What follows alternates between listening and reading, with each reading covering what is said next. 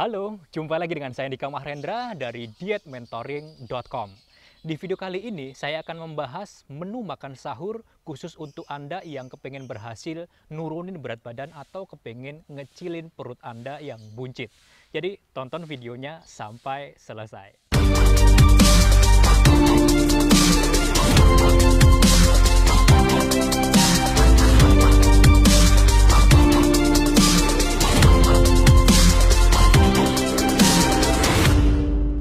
Video ini dipersembahkan oleh dietmentoring.com.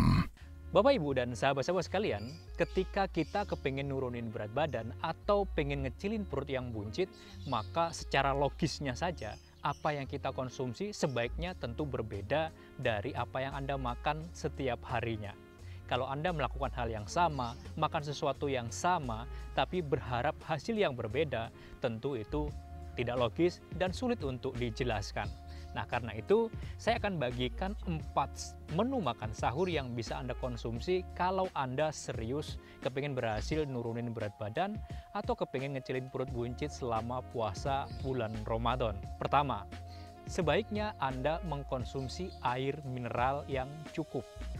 Jadi, waktu Anda bangun sahur, pertama kali Anda bangun, pastikan Anda langsung minum air mineral. Setelah itu, pada saat sahur terakhir atau pada saat terdengar suara imsak, Anda boleh juga mengkonsumsi air mineral. Dan usahakan diminum yang terakhir itu, usahakan yang Anda minum adalah air mineral yang hangat atau air mineral yang suam-suam kuku. Fungsinya apa?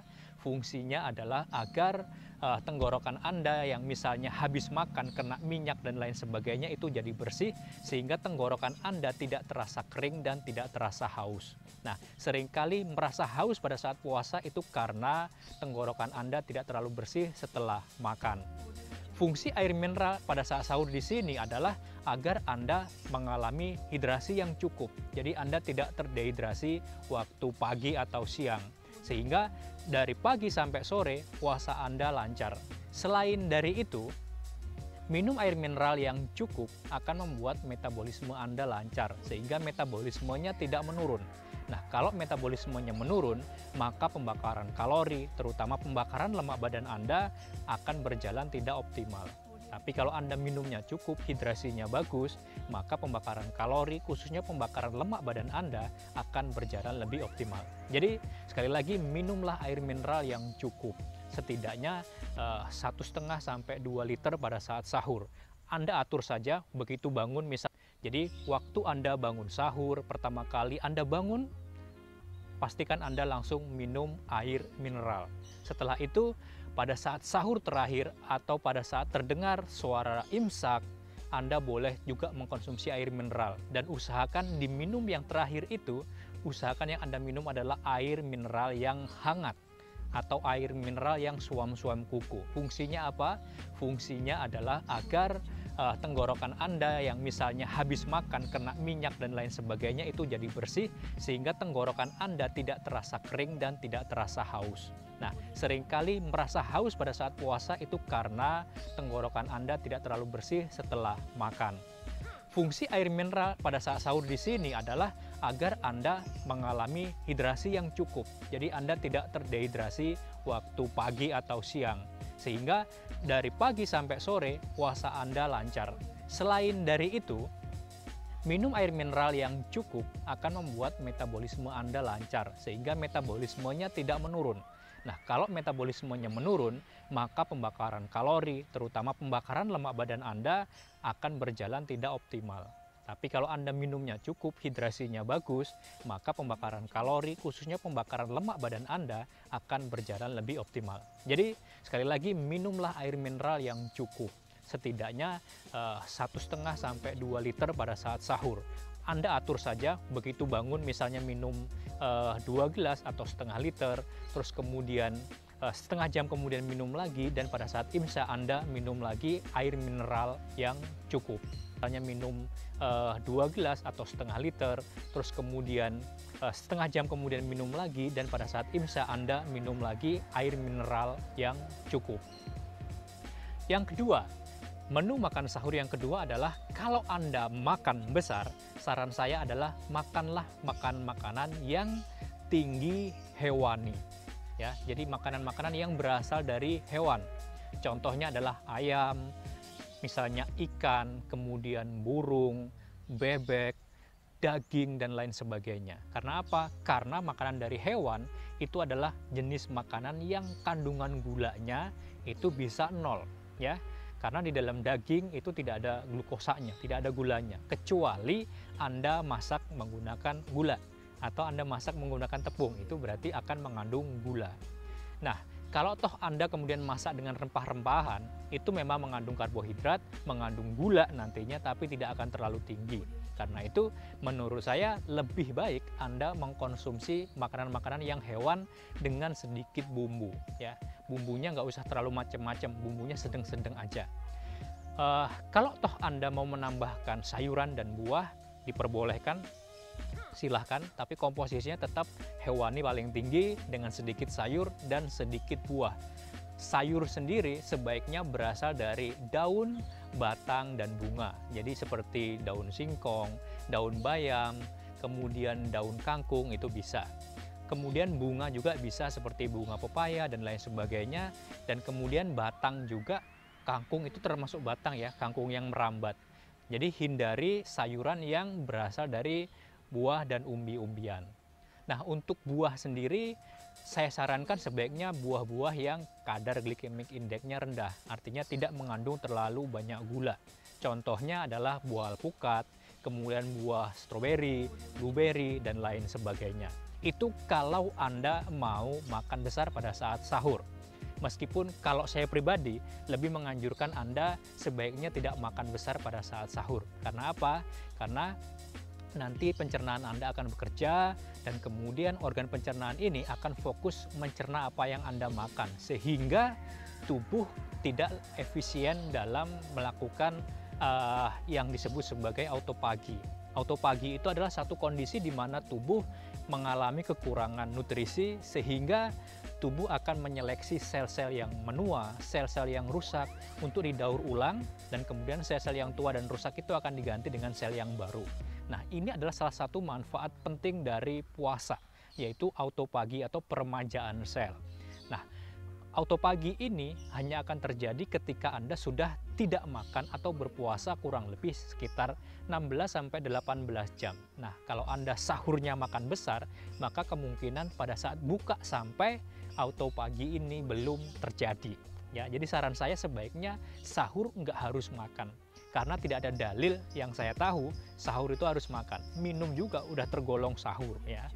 Tapi kalau misalnya Anda masih ini hari-hari pertama, minggu-minggu awal belum kuat untuk nggak makan pada saat sahur, tidak masalah Anda makan terlebih dahulu. Komposisinya yang penting hindari makanan-makanan yang tinggi gula, hindari makanan-makanan yang tinggi karbohidrat, dan lebih fokus kepada makanan-makanan hewani dengan bumbu-bumbu yang ala kadarnya, bumbu-bumbu yang minimalis. Kalau mau ditambahkan sayur, boleh sedikit sayur dari bunga, batang, dan daun. Dan kemudian kalau mau buah-buahan juga boleh sedikit saja, misalnya alpukat, stroberi, blueberry, dan lain sebagainya. Sekarang tips yang ketiga, minum air kaldu. Air kaldu, ya, air kaldu itu adalah air hasil rebusan kaki ayam misalnya atau tulang sapi yang direbus sekitar berapa jam ya? Sekitar 12-18 jam mungkin. Detailnya Anda bisa cari di YouTube atau di Google bagaimana cara membuat kaldu tulang. Kaldu tulang ini penting banget Bapak Ibu dan sahabat-sahabat sekalian. Karena apa? Pada saat kita puasa, maka tubuh itu akan membakar cadangan gula di dalam tubuh kita. Nah, gula itu sendiri dia mengikat mineral. Jadi pada saat gulanya terdegradasi, maka otomatis mineralnya juga akan terbuang. Mineral-mineral penting seperti kalsium, kemudian potasium, kalium, dan lain sebagainya itu akan terbuang. Mungkin Anda berpikir kalau mineral itu terbuang, Anda akan tercukupi lagi karena Anda sudah minum air mineral. Menurut saya tidak. Air mineral kita itu mineralnya tidak terlalu banyak, meskipun disebut sebagai air mineral. Karena itu saran saya sebaiknya konsumsi air kaldu, rebusan tulang, kaki ayam, ataupun tulang sapi. Karena di sana banyak sekali mineral-mineral yang kaya yang kita butuhkan oleh tubuh kita yang terdegradasi waktu kita puasa ya. Jadi sebaiknya Anda minum air mineral atau mineral dari rebusan tulang ataupun kaki ayam. Atau kalau memang nggak mau ribet, Anda boleh sesekali minum Pocari Sweat yang ion. Jadi yang botolnya warna biru muda, bukan yang biru tua. Tapi itu gulanya lumayan tinggi. Tapi karena gulanya lumayan tinggi, maka saya menyarankan sebaiknya bikin kaldu saja deh. Kaldu kaki ayam ataupun tulang sapi. Itu penting banget. Selain itu, di dalam kaldu itu banyak mengandung kolagen. Nah, kolagen ini penting banget untuk membuat kulit kita kenyal, kemudian persendian-persendian kita jadi bagus dan lain sebagainya. Itu penting banget. Tips yang terakhir atau apa yang dimakan terakhir itu adalah medium chain triglyceride atau biasa disebut MCT ya. MCT itu M-nya medium, C-nya chain, T-nya itu triglyceride atau lemak rantai medium. Nah, lemak rantai medium, dikatakan medium itu berarti dia punya rantai karbon antara 6 sampai 12. Jadi C6, C8, C10, C12. Kalau long chain triglyceride atau lemak rantai panjang itu kalau rantainya di atas 12. Nah, jadi lemak yang ada di hewan misalnya, terus kemudian minyak goreng itu dia tergolong lemaknya rantai panjang, dia butuh waktu yang lebih lama untuk diubah jadi energi. Nah, yang kita butuhkan adalah lemak rantai medium, yang rantai C-nya antara 6, 8, 10, dan 12. Anda bisa mendapatkan dari berbagai sumber ya lemak medium ini. Contohnya adalah virgin coconut oil atau minyak VCO yang dikenal di pasaran. Harganya murah, Anda bisa cari di Tokopedia, merek apapun hampir semuanya VCO. Akan tetapi VCO ini dia tidak 100% lemak rantai medium, karena di dalam VCO itu terdapat lebih dari 50% dia tergolong lemak rantai panjang. Tapi silahkan kalau mau seperti itu. Nah, kekurangan dari VCO adalah karena dia bentuknya minyak ya. Banyak sekali orang yang enek, ngerasa mual, bahkan muntah kalau paksa minum MCT dalam bentuk minyak.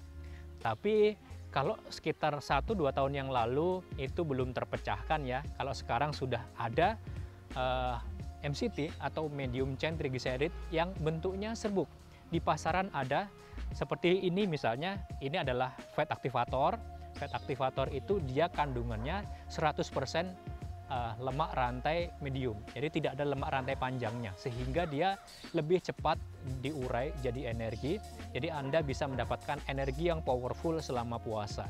Selain itu, medium chain triglyceride ini juga menjadi katalisator bagi tubuh Anda agar bisa lebih cepat mengakses lemak badan sebagai sumber energi. Nah, semakin cepat tubuh Anda mengenali lemak badan sebagai sumber energi, maka kebutuhan energi harian Anda akan terpenuhi dari lemak badan. Selain itu juga lemak badan Anda akan makin cepat terurai, terbakar, sehingga Anda akan cepat langsing dan berat badan Anda semakin turun, perut buncit Anda juga akan segera turun. Nah, yang menarik dari fat activator ini adalah karena dia bentuknya serbuk, sehingga dia lebih mudah untuk dikonsumsi. Ya, kalau minyak kan berarti cuma diteguk doang gitu. Nah, kalau ini dia bisa Anda seduh dengan pemanis, misalnya stevia ataupun sukralos yang tidak mengandung kalori. Atau Anda juga bisa mengkonsumsinya bersama dengan kopi misalnya. Jadi Anda seduh fat activator dengan kopi, dan kemudian Anda juga bisa menyeduhnya dengan matcha atau green tea, dengan teh chico, dengan coklat, dan lain sebagainya. Nah, untuk Anda yang pengen tahu berapa harganya dan kemudian di mana belinya, nanti Anda bisa lihat di kolom deskripsi, akan saya cantumkan tempat pembelian fat activator. Yang ini penting banget agar Anda tetap powerful, punya energi, sekaligus agar lemak badan Anda semakin cepat dikenali sebagai sumber energi, dan lemak badan Anda akan terurai, berat badan Anda akan turun, dan perut buncit Anda akan semakin langsing. Itulah 4 menu sahur yang saya rekomendasikan kepada Anda, khusus bagi Anda yang kepengen nurunin berat badan atau pengen ngecilin perut yang buncit. Saya doakan semoga berhasil dan pantau terus channel ini karena setelah ini mungkin saya akan segera merilis menu buka puasa bagi Anda yang pengen nurunin berat badan atau kepengen ngecilin perut yang buncit. Sampai jumpa di video berikutnya. Saya Andika Marendra. Assalamualaikum warahmatullahi wabarakatuh.